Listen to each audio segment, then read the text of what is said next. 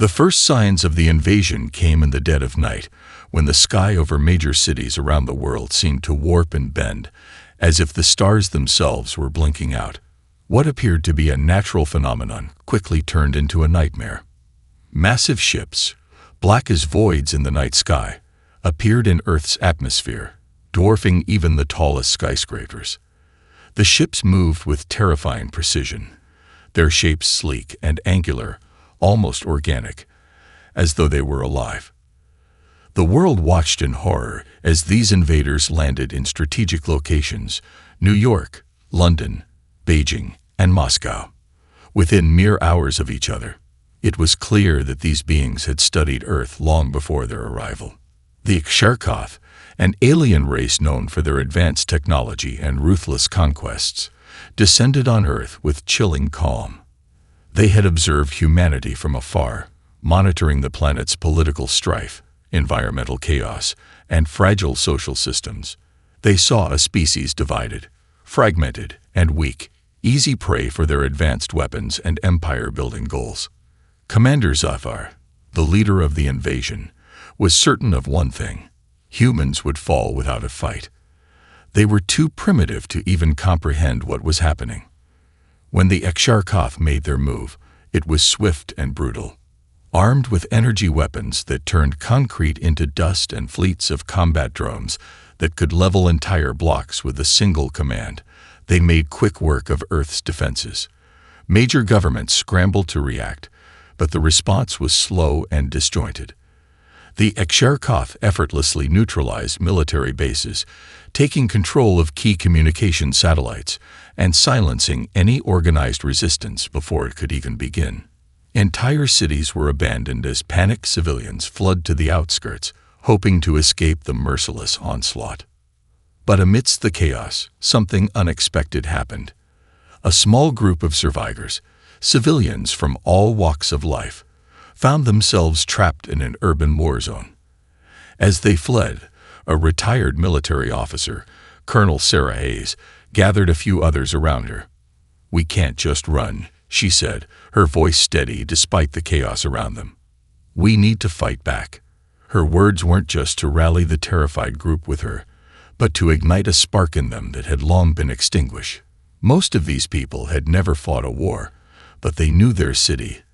They knew the land they walked, and they knew how to survive.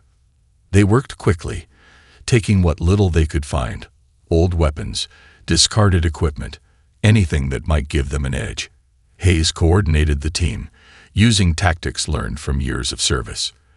They rigged explosives, built traps, and set up ambushes in narrow alleyways. They were outnumbered and outgunned, but they weren't about to sit back and let Earth fall without a fight. When the first wave of Ksharkoth drones entered the district, they triggered their traps. The shock was immediate. The drones, designed to wipe out large groups of enemies with ease, were caught off guard by the human ingenuity. For a brief moment, the aliens seemed confused, their perfectly coordinated forces thrown into disarray by the primitive, but effective, traps set by the humans. The ambush didn't last long, but it was enough to send a message. The Ksharkoth had underestimated humanity. And now, the first spark of rebellion had been lit. The ambush in the city was just the beginning. After the initial shock wore off, Colonel Hayes and her group of survivors quickly realized they had only won a small battle in a war they weren't prepared for. The Ksharkoth were relentless. Despite the setback, they adapted quickly, deploying more advanced drones and tactical units to hunt down the humans. The resistance, though small, had proven that Earth was not the easy target they had assumed, but they had also made a dangerous enemy. As the days passed, the surviving civilians in the city began to rally around Hayes, her actions giving them hope. They weren't soldiers, but they were desperate. And they were learning. Supplies were scarce, and food was running low, but the humans' resourcefulness became their greatest asset. With the Ksharkoth constantly on their tail, the resistance adapted to urban warfare, using the environment to their advantage. Alleyways, subways, and rooftops became their battlegrounds. They turned abandoned buildings into makeshift strongholds, setting up traps and barricades to slow down the invaders. Then, one night, after weeks of careful planning, they launched their next strike. Hayes had learned enough about the Aksharkov to know their weak points, how their drones relied heavily on central command signals to coordinate, and how their humanoid soldiers were vulnerable in hand-to-hand combat if taken by surprise. The plan was simple: take out a communications relay, disrupt their command structure, and cause enough chaos to give the humans a fighting chance. Under the cover of darkness, a small team of resistance fighters, led by Hayes herself, infiltrated a nearby Aksharkov outpost. The target was a high-tech relay tower, surrounded by heavily armed drones. It was a dangerous mission. If they failed, it would be the end. But the risks were worth it. The humans had already tasted victory, however brief, and they weren't ready to give up. As they moved silently through the shadows, the team positioned themselves around the tower. A former tech specialist, Marcus, worked quickly to disable the security systems, while others placed explosives at strategic points. Tension ran high. Every moment felt like it could be their last. As they prepared to make their move, one of the drones passed by the alleyway where they were hiding. Its sensors flickered, seemingly detecting a disturbance, but it moved on. It was a near miss, just one more reminder of how outclassed they were in terms of technology. But there was no turning back. The moment Marcus gave the signal, the team sprang into action. The explosion was deafening, rocking the ground as it tore through the relay tower. The drones immediately scrambled, but the humans had already melted into the shadows. Their ambush was swift and brutal. They took down several drones with carefully aimed shots and quickly turned their focus on the alien soldiers who came rushing to the scene.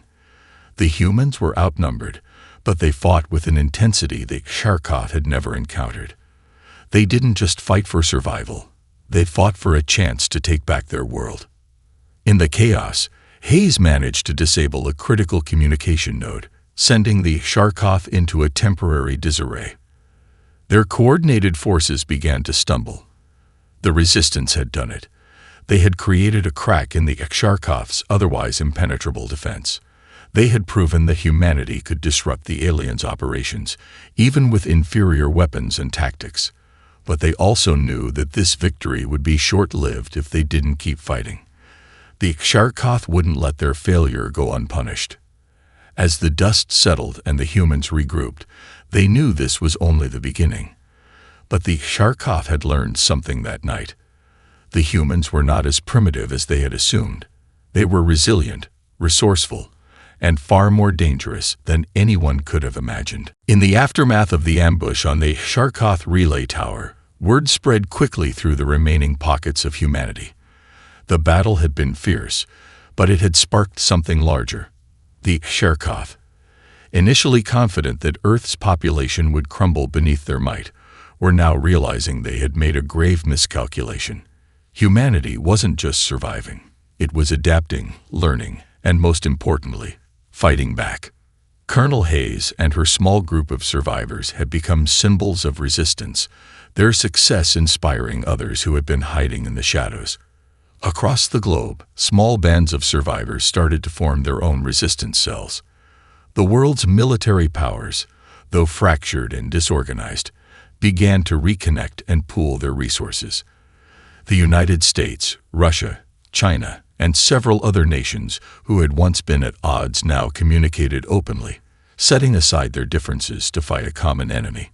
Every soldier, scientist, engineer, and civilian who could fight joined the cause. Hayes became a key figure in this growing movement. She was not just a leader but a symbol of human resilience, a reminder that the spirit of humanity could not be easily extinguished.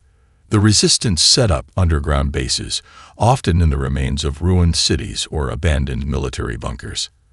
Every new base was a lifeline, a place where strategies were drawn up, weapons were built, and plans for the next step were made.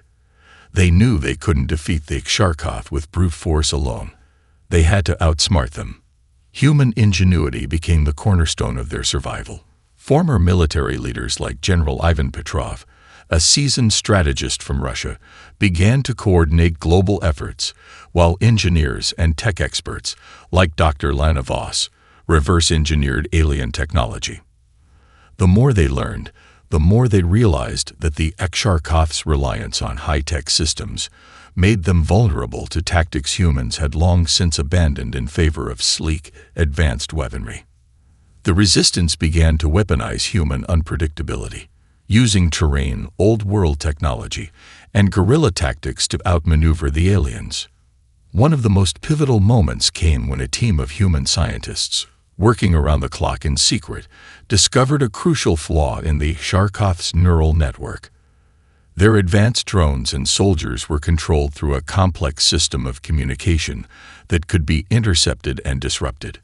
The humans, once again, outsmarted their invaders by developing a virus, a digital weapon that could cause catastrophic disruptions in the aliens' command structure. It wasn't a guarantee, but it was a chance. The knowledge of this breakthrough spread like wildfire. Dr. Voss and her team had given humanity the one thing they needed to turn the tide: a way to target the Exarchoth's biggest weakness. The Resistance took this newfound hope and started preparing for a series of coordinated strikes that would disrupt key command centers across the world. The plan was dangerous. If they failed, it would mean total annihilation. But if they succeeded, it could be the turning point they so desperately needed. The Resistance also found strength in their numbers. People from every background, from students to farmers, joined the fight. They knew the odds were against them, but they were united by one truth: Earth was their home, and they weren't going to let it fall without a fight. As the human resistance grew in size and strength, they began to mount more daring attacks against the Exarchoth, drawing the invaders into increasingly complex traps. For the first time since the invasion began, humanity was no longer on the defensive. They had become a force to be reckoned with, unpredictable and fierce. The Exarchoth were learning that the human spirit, no matter how outmatched it might seem, could never be fully crushed.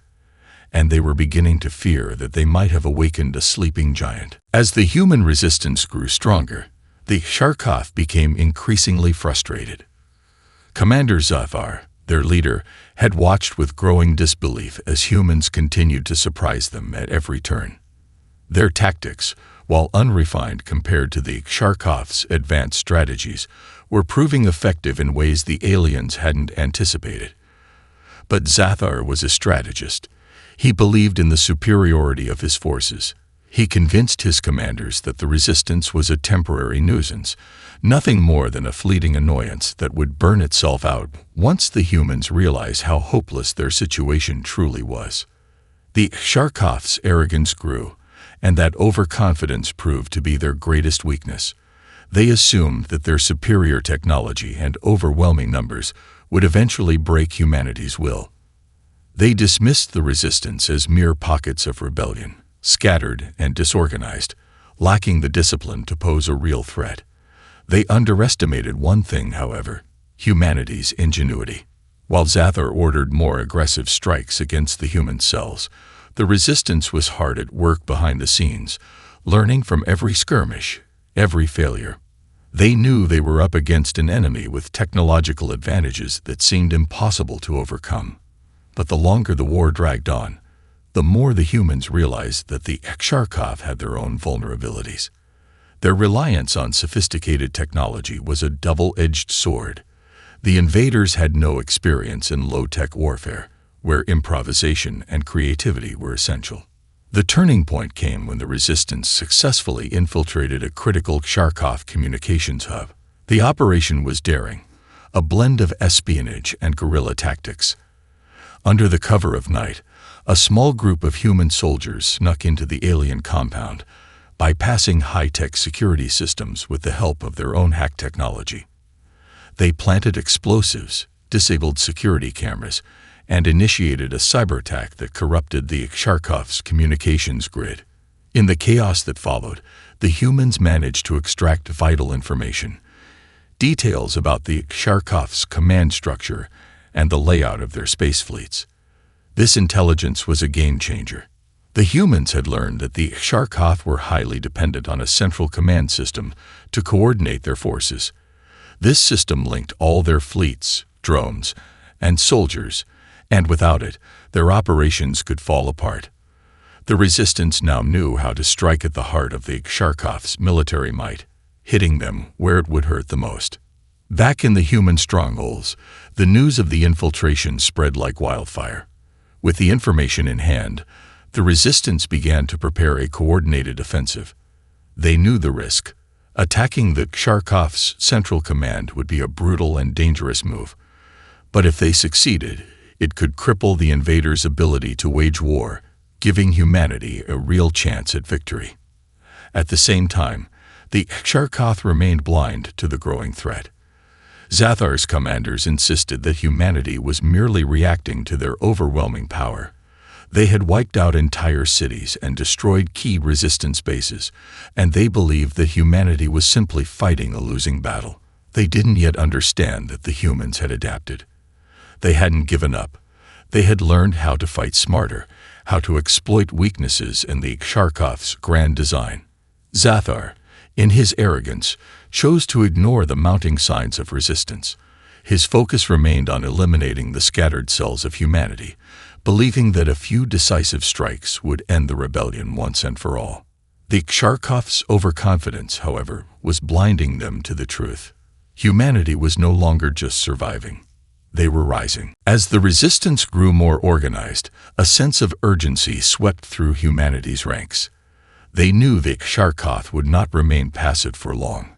Every small victory had only fueled their enemies' rage, but humanity now had something that could level the playing field: the virus.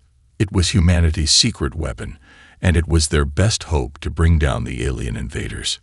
Dr. Lana Voss, the brilliant scientist who had worked tirelessly alongside her team, had finally cracked the code. The virus was no ordinary digital weapon. It was a sophisticated, highly contagious malware that could infiltrate the Sharkoth's neural communication network. The Sharkoth's entire command structure depended on this neural system to coordinate their forces across the planet. Without it, they would be unable to issue commands or maintain control over their drones and soldiers. If successful, the virus would wreak havoc on the alien invaders, shutting down their ability to function as a unified force. But developing the virus was only half the battle. Delivering it would be another challenge altogether. The Sharkoth had sophisticated defenses, and the virus needed to be injected into the heart of their command infrastructure, a task that seemed near impossible. But the resistance was prepared to take risks, and they understood the stakes. The Sharkoth had wiped out entire cities, decimated populations, and destroyed key human strongholds. Humanity had no choice but to strike back with everything they had. Hayes and the Resistance's high command decided to strike at the Sharkoth's central hub, a massive space station orbiting the Earth. The station was where all the Sharkoth's orders were given, and it served as the brain of their military operations on Earth. If they could infiltrate it and upload the virus, it would cripple the invaders' ability to coordinate their forces and give humanity the edge they so desperately needed. A small, elite team of resistance fighters was chosen for the mission. The team was composed of soldiers, engineers, and tech experts, led by none other than Colonel Hayes herself. They would have to infiltrate the space station, bypass alien defenses, and deliver the virus through a secure terminal deep within the station. It was a nearly suicidal mission, but there was no other choice. If they succeeded, humanity would have a chance to win. If they failed, the Sharkoth would tighten their grip on Earth, and the human race might be lost forever. The Resistance gathered every scrap of alien technology they could find to prepare for the mission. Reverse-engineered weapons and armor, stolen Sharkoth drones reprogrammed to serve humanity, and hacked communication systems all played a crucial role in their plan. They couldn't afford any mistakes. The human team would have to be swift, precise, and most of all, quiet. One wrong move, and the entire mission could be compromised. Hayes stood in front of her team, her face stern but filled with resolve. "We've trained for this moment," she said, her voice steady. "The Ksharkoth underestimated us, but now we have the tools we need to make them pay. We may not have their tech, but we have something far more dangerous. We have each other, and we have the will to fight for our world. Let's finish this." As the team prepared to launch, the sense of anticipation was palpable. The human resistance had fought countless battles, lost many lives, and seen their world crumble beneath the Ksharkoth's heel. But they were no longer afraid. They were no longer hiding in the shadows. They were going on the offensive, armed with the most powerful weapon they had: their unity, their resilience, and their undying hope for a future free from the alien invaders. The mission had begun. A small, tightly knit group of resistance fighters, led by Colonel Sarah Hayes, boarded a covered spacecraft, a former Ksharkoth transport vessel retrofitted with human technology. Their target was a massive space station hovering in low Earth orbit, the nerve center of the alien invaders' operations. The station was a towering structure, bristling with weapons and protected by a formidable fleet of Ksharkoth warships. It was, for all intents and purposes, the heart of the enemy's military strategy. The spacecraft, while equipped with the latest human technology, was no match for the Ksharkoth's advanced detection systems. Hayes had one goal in mind: to slip past the enemy's defenses unnoticed. Every second was critical. One wrong move could trigger a full-scale response from the alien fleet, and the entire mission would be compromised. The crew of the ship was focused, their faces grim with the weight of what they were about to do. Every one of them knew the risks. They were not only fighting for their own survival, but for the survival of every person left on Earth. Failure meant the end of humanity. The silence was broken only by the soft hum of the engines and the occasional beeping of the ship's sensors. As they approached the space station, the tension in the air was thick. Hayes stood in front of her team, eyes locked on the looming structure outside the viewport. The station was vast, its sleek exterior glowing with alien energy. It was both magnificent and terrifying, a symbol of the Ksharkoth's superiority. "We've trained for this," Hayes said quietly, though her voice carried the weight of a leader who knew this could be their final moment. "Keep calm, stick to the plan, and we make it out alive." The team nodded, each member understanding that their lives depended on precision. Dr. Lana Voss, the scientist who had developed the virus, sat at one of the consoles, her fingers flying over the controls. She was the one who would upload the virus, but only once they were deep inside the station and had access to the secure terminal. After what felt like an eternity, the ship passed through the outer perimeter of the Ksharkoth fleet. The station's automated defenses failed to detect them, a combination of human ingenuity and sheer luck. Hayes signaled for the crew to prepare. The ship began to dock at a hidden hangar bay on the station's far side, where a small, unmarked entrance would allow them to infiltrate the station undetected. Once aboard, the team disembarked swiftly, moving like shadows through the darkened corridors of the station. Their mission was simple: plant the virus into the central command terminal deep within the station. However, even with all their planning, they knew the odds were stacked against them. The station was a maze of corridors, and every step brought them closer to the heart of the Ksharkoth's military operations. They encountered few enemies at first. The Ksharkoth seemed to be unaware of the infiltration, still confident in their own superiority. But Hayes knew that wouldn't last. The deeper they went, the more danger they would face. The quiet hum of the station's power systems echoed in their ears as they moved cautiously through the vast complex. They reached a control room, only to find it occupied by a pair of Ksharkoth soldiers. Without hesitation, Sergeant Ethan Waller, the team's point man, drew his weapon and fired a single shot, disabling the guards before they could raise an alarm. They moved past the bodies swiftly, not allowing their small victory to slow them down. As they neared the central command terminal, Dr. Voss began to prepare her hacking equipment, ready to deploy the virus as soon as they reached their objective. The countdown had begun. Time was running out. "We're almost there," Hayes whispered. "Stay sharp." The final stretch to the terminal was the most perilous. The corridor narrowed, and there was no room for error.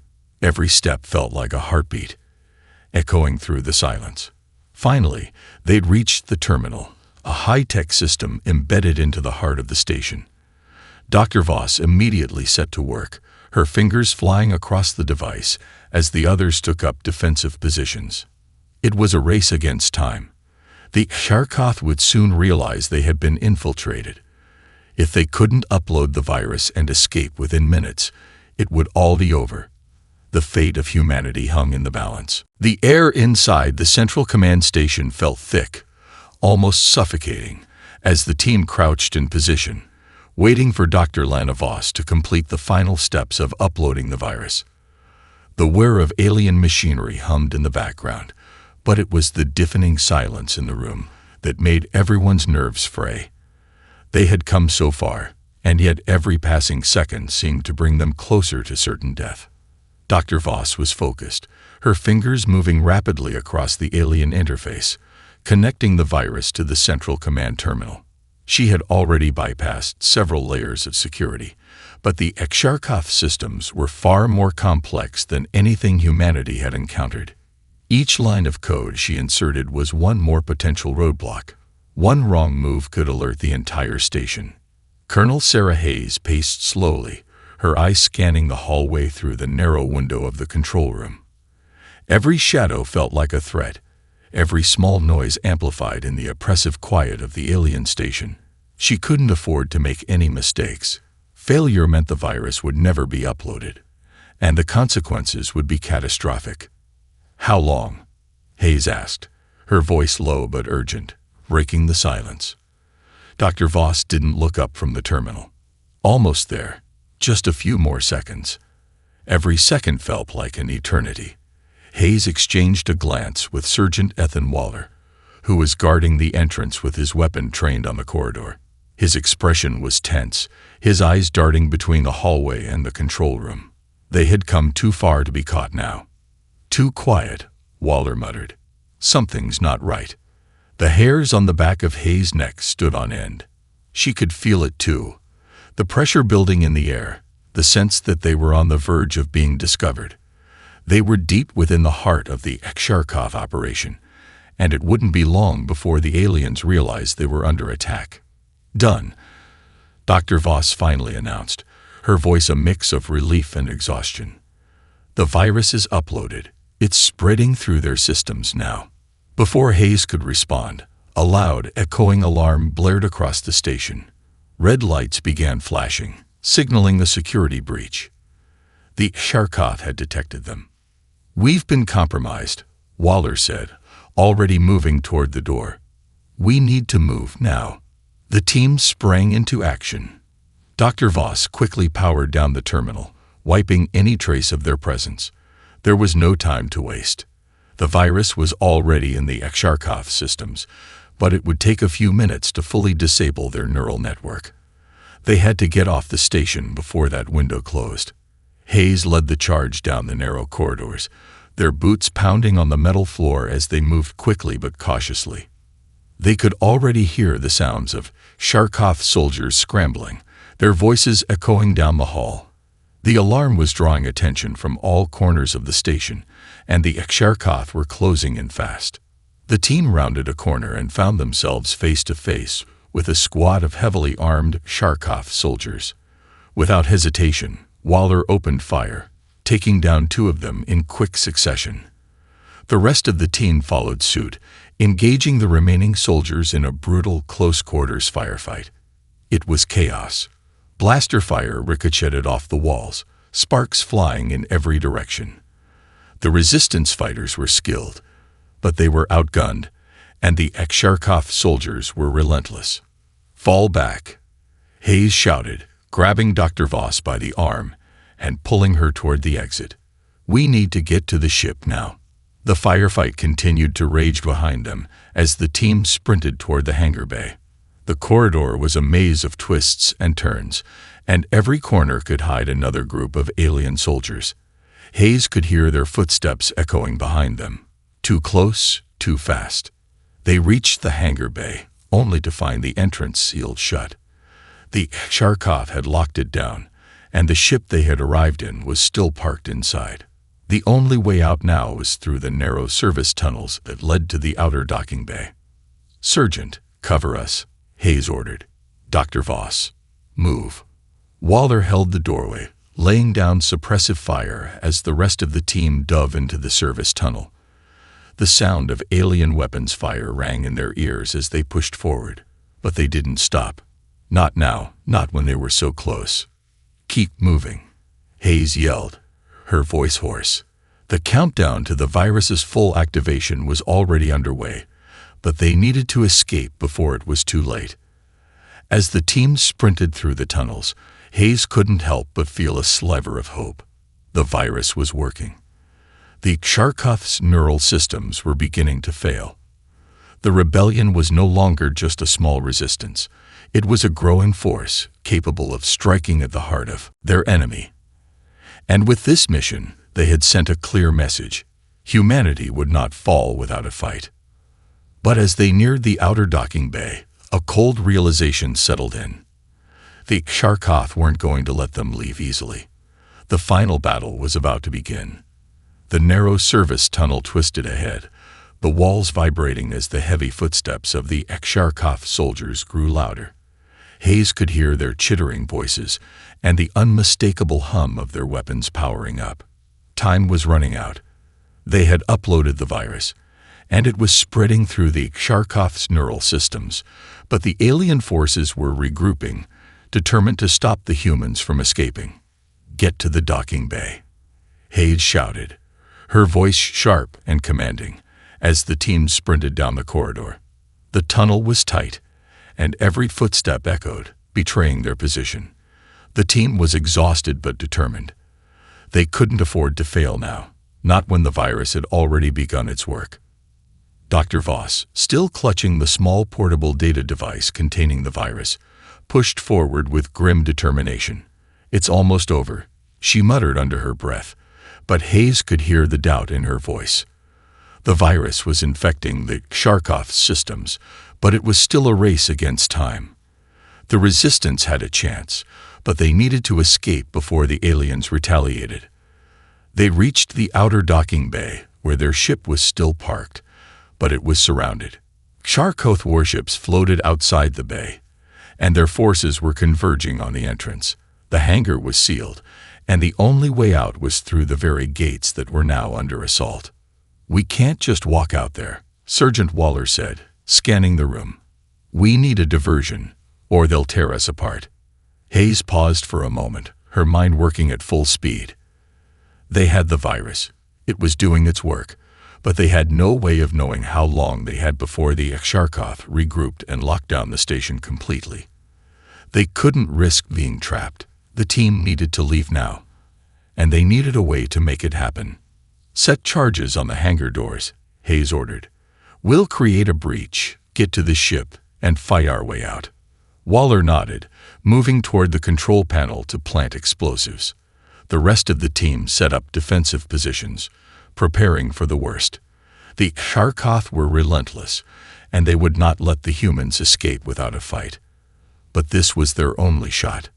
Hayes watched as Waller worked quickly, placing the charges with practiced precision. The plan was simple: breach the doors, create a distraction, and escape. But there was no guarantee they'd make it. The alien soldiers were closing in, and every minute that passed made their chances of success slimmer. "Charges ready," Waller called out, his voice low but steady. "Everyone, get to cover," Hayes barked. "We breach in 5. The countdown began.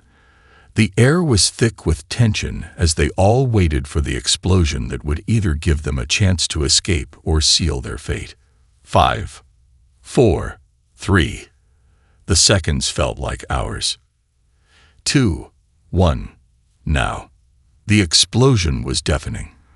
The blast sent shockwaves through the hangar, the metal doors buckling and crumbling under the force. The team rushed forward, weapons drawn, as the dust settled and a cloud of smoke billowed out. Through the haze, Hayes could see the Exarchoth soldiers charging toward them, their armor gleaming with menace. "We don't have time for this," Hayes yelled, firing her weapon into the oncoming wave. "Get to the ship. Now." The team pushed forward, guns blazing, cutting down any soldiers who came too close. The space around them became a blur of flashing lights, explosions, and chaos. The Exarchoth were relentless, but the humans were determined. They fought with everything they had, refusing to be cowed by the overwhelming force they faced. Finally, they'd reached the ship. Waller was the first aboard, followed by Dr. Voss, and then Hayes. The last few seconds of the battle felt like an eternity as Hayes covered their retreat, firing until the last of their enemies fell. "Launch sequence initiated," Dr. Voss called from the cockpit. The ship's engines roared to life. "We're out of here," Waller shouted as the ship began to rise from the hangar floor, the Exarchoth warships in pursuit. As the ship broke through the station's atmosphere and into open space, the team watched as the station's core began to fail. The virus had done its work. The Exarchoth were losing control, their command structure crumbling. But there was no time to celebrate. The Exarchoth weren't done yet. They would regroup, adapt, and come back stronger. But now, humanity had a fighting chance. They had struck a blow that would echo across the stars. The tide of the war had shifted. The resistance wasn't just surviving anymore. They were winning. "We've done it," Dr. Voss said softly, her voice trembling. "We've taken the first step." Hayes looked out the viewport, watching as the Exarchoth station began to break apart, its power slowly fading. She knew this was just the beginning. The war wasn't over, not by a long shot, but for the first time in a long while, there was hope. And that was something the Exarchoth had underestimated.